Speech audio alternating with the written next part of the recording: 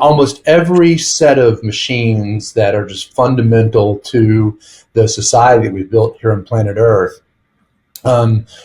were introduced in a different era under a different set of concerns and optimization characteristics. And now we're standing here at the precipice of really powerful artificial intelligence. And we need to be asking ourselves, how might we use the new way that technology is changing the consumer and business intelligence space to build an infrastructure for our civilization that is more trustworthy. And trustworthy can be more cyber secure. It's there when you need it because it's almost impossible to hack. Better could be measured in how can we use optimization and AI control to get the same level of resources out with lower resource inputs. And that'll be lower fuel demands, lower consumption demands. And so there's all different measures of better that we kind of say are, we think about in what we call the brilliant machines thesis. Machines in another generation for this generation that are secure, reliable, and have a lower resource footprint.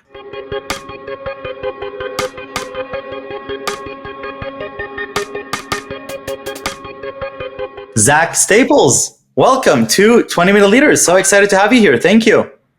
Thanks so much. It's great to be here, Michael. I appreciate the invite. Super excited to have you here, Zac. You're dealing with in an industry that I know and love, obviously cybersecurity, but you're dealing with it in the context of a little bit different than I'm used to, and so I'm really excited to dive into that and hear your journey as a fellow veteran of a different country, and how you've brought your domain expertise and experience into this industry, right before we started here, you said something that you knew will catch my attention. You said, Michael, there's a lot about integrity and trust in our work, and how do you and I do get to think a lot about human trust and what does it mean to have trust and communication in these interactions. And today we're also going to talk a lot about machine trust, especially in critical environments. So Zac, welcome to the show. Thanks so much, man. And like you pointed out, there is trust as a topic with so many different levels right now. What you're doing with Clarity, I think, is just absolutely vital to being able to create and sustain human trust in the digital age. And I think what we're doing at Fathom 5 is similar in the regard that we think a lot about establishing machine trust in the digital age as well. Right. And so what does that mean to you, machine trust, when you say that? Yeah. So kind of taken at the highest level, so we can kind of put everybody in the same kind of space, right? There's about 8 billion people in the world right now. It takes an incredible array of machines to create the food, water, and energy necessary to sustain all of those people. And we need to do it in a responsible way to sustain the planet, right? And so when we think about the generation of machines that we do that with now, there was never, they were built under a different engineering paradigm. And so now we worry about the cybersecurity of our electric grids. We worry about the integrity and reliability of our water generation and transportation systems. Almost every set of machines that are just fundamental to the society that we've built here on planet Earth were introduced in a different era under a different set of concerns and optimization characteristics. And now we're standing here at the precipice of really powerful artificial intelligence. And we need to be asking ourselves, how might we use the new way that technology is changing the consumer and business intelligence space to build an infrastructure for our civilization that is more trustworthy. And trustworthy can be more cyber secure. It's there when you need it because it's almost impossible to hack. Better could be measured in how can we use optimization and AI control to get the same level of resources out with lower resource inputs. And that'll be lower fuel demands, lower consumption demands. And so there's all different measures of better that we kind of say are, we think about in what we call the brilliant machines thesis. Machines in another generation, for this generation, that are secure, reliable, and have a lower resource footprint. So set the stage for me, because we talk a lot about AI in our day to day, and we hear a lot about the advancements that we have. And obviously, every person that's here with us in the show has a smartphone, has a laptop, smart TV. So we're experiencing this I think intuitive consolidation of devices in our daily life experiences, and we anticipate that these consolidated devices will become more and more powerful over time, that software and AI will just self-augment, and that same MacBook that I have or that same Lenovo that I have will just keep getting better and better on its own. But we're actually here talking about a different set of machines that are powering up a really important parts of our world. So I think it's a really important framing to just say that for a second, that this is, there's a whole world of machines that lives besides our own physical 3 devices that we're used to. That's right. Yeah, that's right. And it's super interesting too in that regard, because if you ask most people, what are the most prevalent computers in the world, they're going to kind of go back and forth, and some of them will say it's iPhones, some of them will say it's Androids, and probably most people won't say laptops, right? But some might. The crazy part is there are about 5 to 10x more machines, intelligent computerized systems than all of those put together. So every thermostat in every building, now almost every thermostat in every home. And think about the number of computers in a modern automobile. You can take that and you can scale it up by 1,000x for the number of computers in a modern factory, and probably another 1,000x for the number of sensors and computerized machinery controls in a large industrial facility. So the fabric of civilization, the humans interact over those 3 devices. But the civilization that makes all that possible is a layer of computing and control in the physical world that's empowered by this entire other set of machines that most people never think about. Right. So tell me a little bit for a second about your own background, or how you even got here. I'm always fascinated by backgrounds and stories. I'm particularly interested here because you're bringing a lot of, I think, your personal experience into the world that you're doing today. Oh yeah, well, thanks for asking. I appreciate that. So I grew up here in the United States, in Texas, and I had the benefit of having a grandfather who had a farm, and I loved the tractors and all that. And then I had an opportunity to serve my country, and so was in the Navy for a while. And again, kind of big machines. I served on ships. And toward the end of that, I had an opportunity to really get into electronic and cyber warfare and start to think through the reliability of the machines that we're both using in the United States Navy and that were being used around the world, and came away from that experience realizing we needed to do better. We needed to do better for national security, but we really needed to do better in providing a kind of more trustworthy, reliable, lower resource input machines for the whole world. And so when I finished my career, I launched Fathom 5, and we have over the last 6 or 7 years, tried to develop our concept of brilliant machines with products for the national security space, really just as a seed funder. The DoD, the U.S. Department of Defense, has a long history of seed funding hard tech, more so than Silicon Valley has in a long time. Silicon Valley, I think you went to Stanford, right? Yeah, right. So you've spent some time in Silicon Valley. Silicon Valley for many, many years, maybe it's changing a little bit, but has had a strong propensity for software solutions that could scale very quickly in the cloud. There was such dramatic success with consumer-facing products. That was really, the capital available to do something new kind of got isolated into that very narrow space. And so when we launched Fathom 5 in 2018, we looked around and said, hey, this is what we want to go do. Now, where is the best market to get early stage non-dilutive investment in this, and the DoD has been a great partner in that for us. And so we're really fortunate to have done some amazing things for the Navy. But I think more importantly and more broadly, we have a suite of technologies that will be rolling out of just the national security space and into the consumer space to go after some of these broader, more impactful global challenges in machine resiliency. So I'd really love to understand in a real world setting how the work that you're doing is impactful, let's say on the world of Navy and Navy ships. So, we're looking at the transformations of AI and software and hardware and systems and machines. Take me through a Navy ship. What happens there, and what type of work do you do there?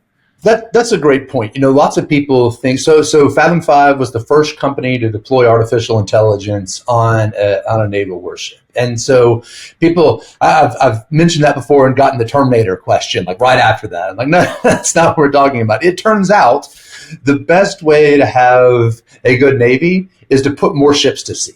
It's just so basic, right? If you have 200 ships or 300 ships and you can only get 100 out to sea at a time because of maintenance and material readiness and everything else that contributes to that, then you have an adversary that only has to build a Navy to beat 100 of your 300 ships. And so, the commander of Fleet Forces Command in the Navy has been on the record saying his job is to change the way we do maintenance and maintenance planning to get 200 plus out to sea. And so the first deployment of AI is right in line with that vision, is watch what the machines are doing and predict the maintenance that they need so we can make sure ships are getting the right maintenance at the right time with the right parts ready to go.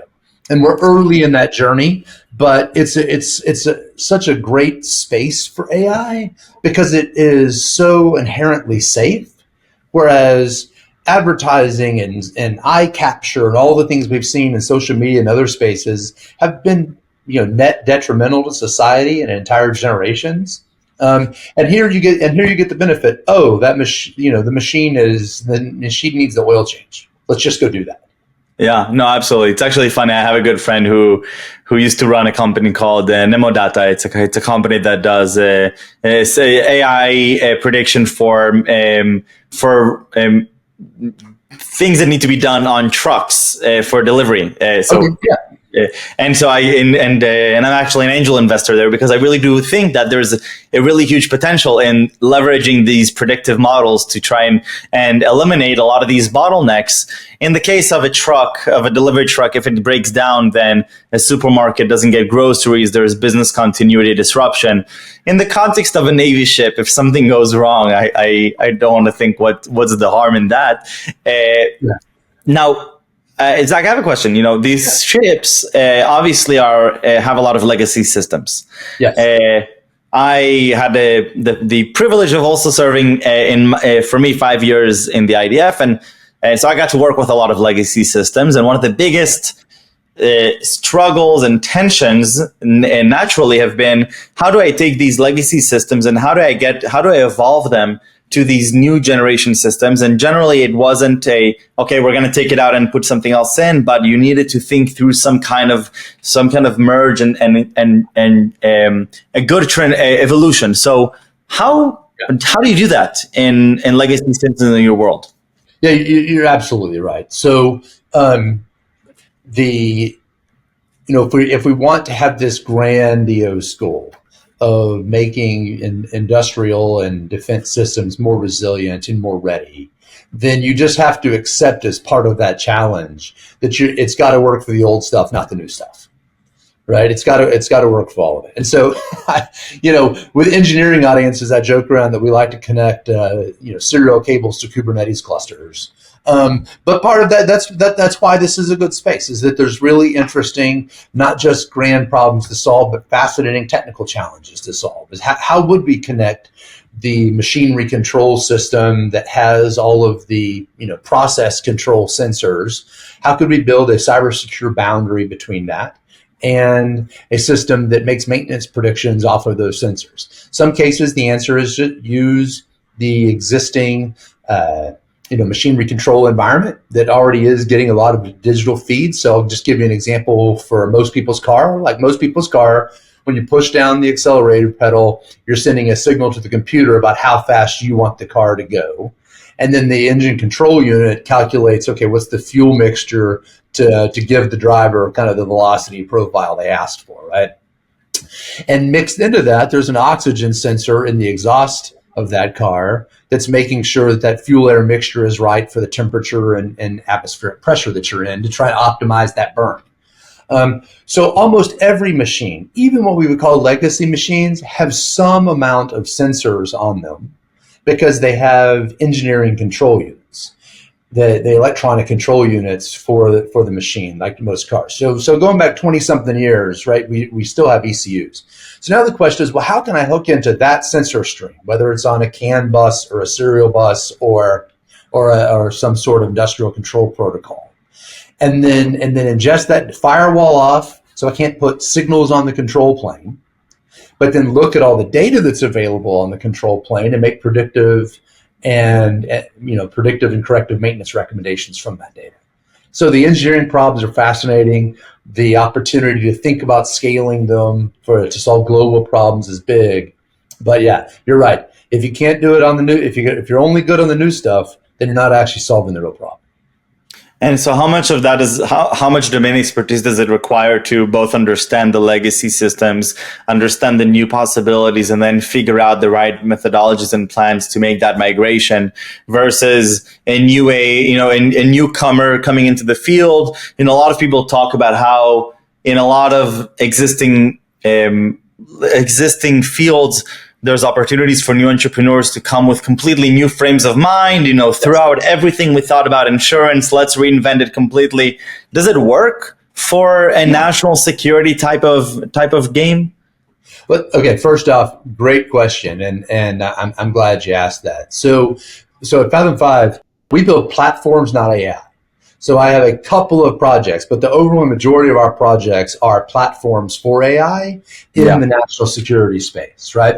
And so the biggest barrier to new entrants in the national security space was if I have a tech startup that is really good at predicting turbine maintenance, right? We've got a ton of turbines, we've got a ton of rotating electrical motors, right?